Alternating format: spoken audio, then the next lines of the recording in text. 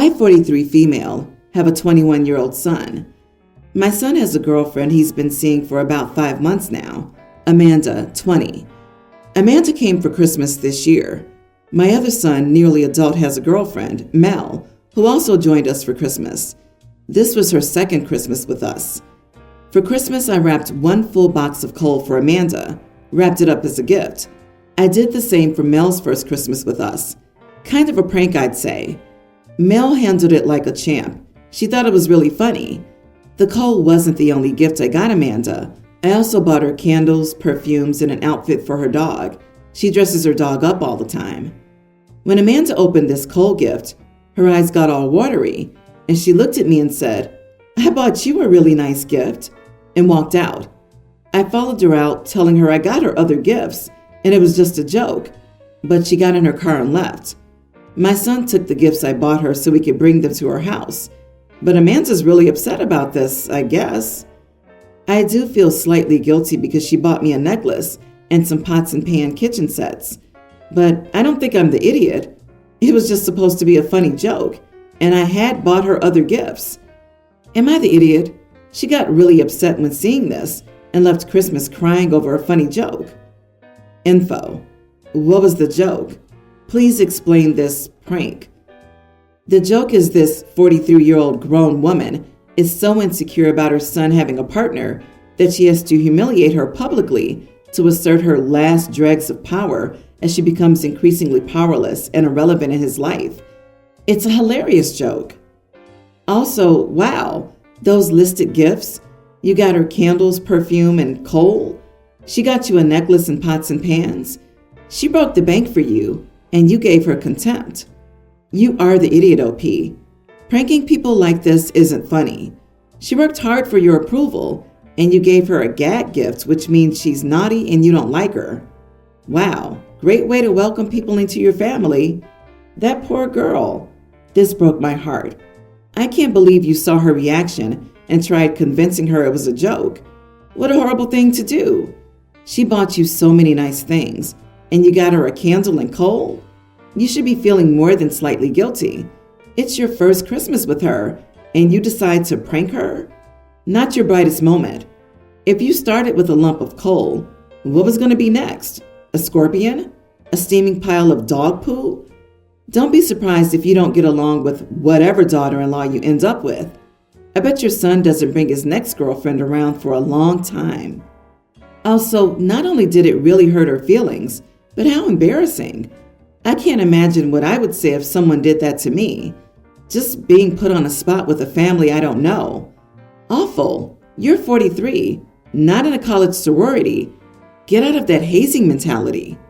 The real question is how your son handles it. For her sake, I hope he stands up for her. Otherwise, the relationship is doomed. I'm 21 and my friend is 20. We've been friends for 10 years. Our families are very close. However, she tends to fall in love with every guy she dates and tends to become too toxic. She'll date any guy who gives her attention. Her relationships often don't last very long, with her being far more into the relationship than the guy. She ended up meeting this guy online like 5 months ago. He lives like 3 hours away. He's 27, lives with his mom, and is a loser. She drives to see him every couple of weeks. We were hanging out last week, and she mentioned that she'd gotten her period. I said, "That sucks." And she said, "You have no idea. Boyfriend and I are trying to have a baby." I was like, "What?" She goes into this elaborate fantasy about how they're going to live with his mom to save money to buy a house while she's pregnant, and that they're going to get married, and how bad his mom wants grandkids. I went over the million reasons this is a horrible idea with her, and she had a reply for everything and didn't want to hear it. Now, she also lives at home, and it's her mom's car that she drives to see him, so I ended up telling her mom. She and her mom got into it, and her mom took her car away. I didn't want to tell on her, but I just couldn't let her do it. Am I the idiot? Edit. She has BPD. Not the idiot. To decide to have a kid under those circumstances is frankly insane. And given that she doesn't live on her own and doesn't support herself, her reckless decision would have affected more people than just her. Bringing in her mom was the right choice. This was above your pay grade as a friend, and another trusted person was needed to help your friend see sense. Really sus of the boyfriend's role in convincing her this was a good idea. And why is his mom so invested in her stay-at-home son to have a kid of his own? This didn't just come from her mental illness. OP, she doesn't have the resources or the maturity to be a mother. And as you've stated, he doesn't sound like a good parent either. Honestly, her feelings are not important here. You've done a great thing and hopefully prevented her from ruining someone's life. I went through a similar situation with my friend when her ex had previously cheated on her and she was trying to have a child with him. Children need consistency in their lives, and it sounds like they've been dating long enough to know whether or not they're committed to being parents. You made the right call, and the mother made the right call. Also, I guess she doesn't own a car if her mother takes it away. Maybe she should be saving up for her own car rather than a child. I've been with my husband for over 15 years now, married for 2. I moved into his family's house with him when we were both 16 and developed a close relationship with his mom. So close to the point that I even call her mom. My husband has an older sister and a younger brother. His younger brother's married, but his wife and I never got along. We've had a lot of issues in the past years ago, and it got really bad to the point where my husband and I moved out of his parents' house and cut off contact with everyone. Fast forward to the present time. His brother's wife has tried to make amends with me multiple times over the years, and we both have kids now, like buying me and my husband and our kids gifts for Christmas, reaching out via my mother-in-law, etc. But I wasn't having any of it and refused to have any contact with her or allow my kids to have any contact with her kids. She has 3. My mother-in-law hates that we don't get along and that she has to have 2 celebrations every holiday since she can't have everyone together. She tries to stay neutral and not take sides, but it's obvious that she just wants her family to be together again. My daughters, kindergarten and toddler, stay with my mother-in-law from Monday through Friday while my husband and I work. They're at my mother-in-law's house more than they're at ours. My eldest daughter talked to me a few days ago about her week with Grandma. She said she and her sister met some new friends this week and started giving the names of her 3 cousins, the ones we don't speak to. Apparently, my mother-in-law went to visit my brother-in-law and his wife and their kids and took my kids with them since they're with her all the time. Mother-in-law never mentioned this to me, and I presumed she wasn't planning on telling me. So I confronted my mother-in-law and asked why she did this, and she didn't tell me. She explained that it's been over 10 years, and she's sick of keeping her grandkids away from each other and having this divide in the family. She said the fact that her sons don't speak has been killing her for years, and she doesn't think it's fair that my kids and my brother-in-law's kids have never met due to some stupid drama that happened years ago. I told her I don't want my kids having anything to do with my brother-in-law, his wife, or their kids, and she needed to respect this, or I'd find somewhere else to leave my kids during the week. She was obviously upset by this. I was talking to my sister-in-law, husband's older sister, and my niece about this, and to my surprise, they think this is kind of an idiot move on my part. They said that they don't think it's fair that my kids won't ever get to build a relationship with their cousins due to some drama that happened over 10 years ago. They also said my mother-in-law is doing my husband and me a favor by watching our kids Monday through Friday without getting paid a cent, and that I shouldn't give her such a hard time. Was this an idiot move on my part? Edit. I couldn't fit an explanation due to the word count, but the drama that occurred between my sister-in-law and me was that she used to constantly talk crap about me and make comments behind my back. One day, I overheard her talking crap about me to my mother-in-law, and I confronted her. She tried to deny what she had said and played the victim. Ever since then, I cut ties with her and my brother-in-law and want nothing to do with them. My mother-in-law's always tried to stay neutral. You are the idiot. You expect to control your mother-in-law's activities 5 of 7 days a week while she raises your kids? You need to accept that you won't approve of everything that happens when you have someone else doing that much parenting on your behalf. If you expect that she would never see her other grandchildren on any of the 250 days a year she raises your children, you're out of your mind. Find other arrangements because I doubt it'll work out for you. All of this, but also, OP, it sounds like you're holding your sister-in-law accountable for something she said as a teenager. You were a teen living in another teen's home, and she complained about you to her mom. You overheard and have decided to create this whole situation. She apologized. She's asked you to move on. What more do you want from her at this point? Move on from it. Yeah, OP is nuts.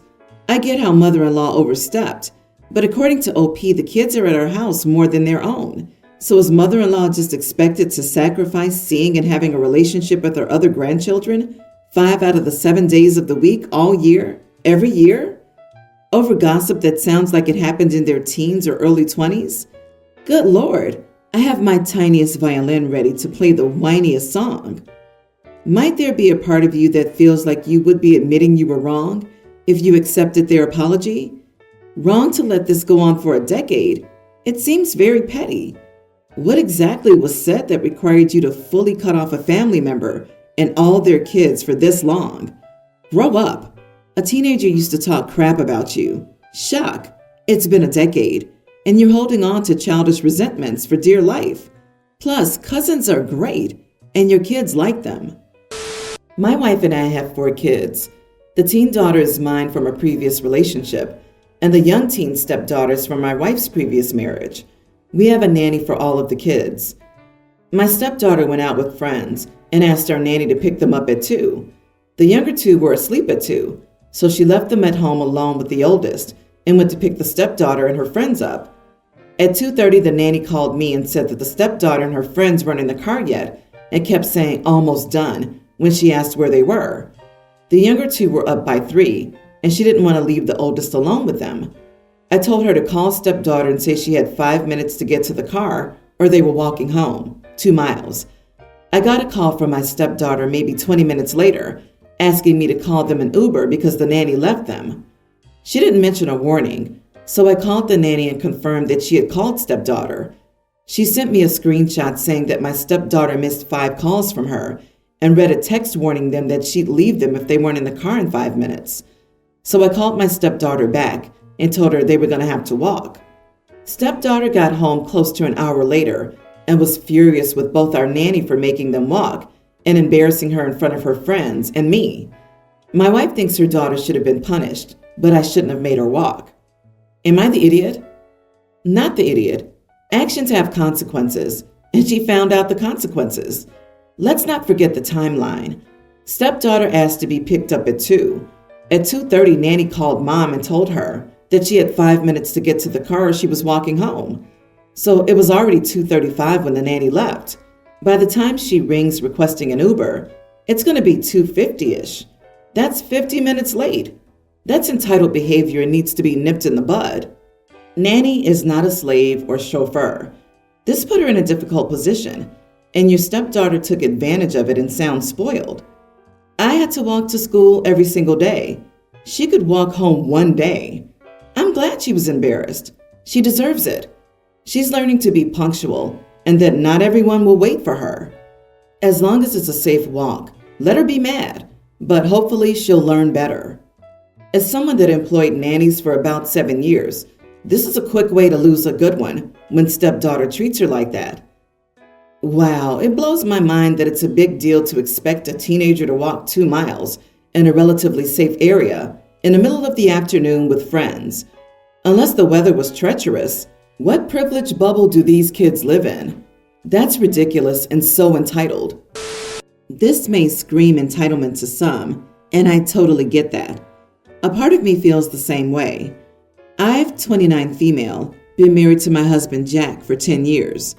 6 months ago, Jack got into a really bad car accident. He was in a coma for almost 5 weeks and currently has PT 4 times a week, as well as a visiting nurse who comes by twice a week. I've been working 60 plus hours a week while 7 months pregnant. I found out I was pregnant a week after his accident, and I keep coming up shorter and shorter every single month for rent because not only did they up the rent by $400, but Jack's medical bills are getting more expensive as well. I can't afford anything anymore. So I qualified for EBT just last week, but last month I was served an eviction notice. I knew it was coming. I'd been paying what I could, $500 here, $700 there, but the landlord ultimately decided that it hardly covered a portion of the rent and had me served. I was able to get a 30-day extension from the courthouse because of my husband's condition, so I now have 27 days to find somewhere else for us to live. Jack's sister, my sister-in-law, 46, offered us a room. She has 3 extra rooms. One is her daughter's playroom, and the other one is her office. The 3rd bedroom is downstairs, right in front of the front door and next to the bathroom. So it was honestly perfect, and I was so stupidly excited that I won't have to bring my disabled husband to a homeless shelter. We have no other options. So I thanked her profusely. This was a week ago, and started packing our stuff in my downtime. Well, she texted me this morning and said she changed her mind. She said that she and my husband's young teen niece wanted her own room for when she came to visit, twice a month, and she gave her the room instead. As an alternative, she started sending me Facebook ads for housing that was just as expensive as what we're paying now, knowing I couldn't afford it and didn't have any money at all for a down payment. I have $50 to my name. The savings are depleted. I just didn't answer her because it destroyed me. Well, she texted again just a minute ago and said, "You can't be angry at me, it's my house." While feeling incredibly hurt, panicked, and everything else I was feeling, I texted back and said, "I truly could not see myself having any contact whatsoever with you for a while," at which point she said I was childish. So I doubled down and said, "Scratch that. I won't be having contact with you anymore." I'm being told I'm in the wrong by my mother-in-law, who lives in a nursing home. Am I the idiot? Not the idiot. We all know, but family gets used as a BS reason for all kinds of things. But you know what? Unless there's some major history between Jack and sister-in-law, this is when she deserves a big old heap of shame for how she's treating her own brother. I can't imagine sending a disabled sibling to a homeless shelter, especially if there's room in the house that accommodates his needs. No one ever forgets how people treated them at their lowest moments. Wow, remind me to never take for granted the way my wife, before I met her, put her entire life on pause, took time from grad school, and moved across the country to help her brother's family when he was in a bad accident and similarly disabled as OP's husband. Some people have hearts of gold, and some people just can't be bothered. Does she know how broke you are and that you're pregnant? That sounds like an awful sister-in-law. If she doesn't change her mind, you're better off not talking to her. I'm sorry things are going to be rough for you, but it was an idiot move for her to dangle the room in front of you and snatch it away. How incredibly cruel and callous of her. What is wrong with her? Yeah, OP was drowning, and sister-in-law offered her a hand just to kick her in the face, back into the water with full force right after. I'm just shocked that she'd rather leave her brother, who's suffering from a medical emergency, and pregnant sister-in-law to live in a shelter, to give a room to a person who visits twice a month. Have you contacted social services yet for options? Can your family help you in any way? Call a hotline for help. I really am sorry for your struggles.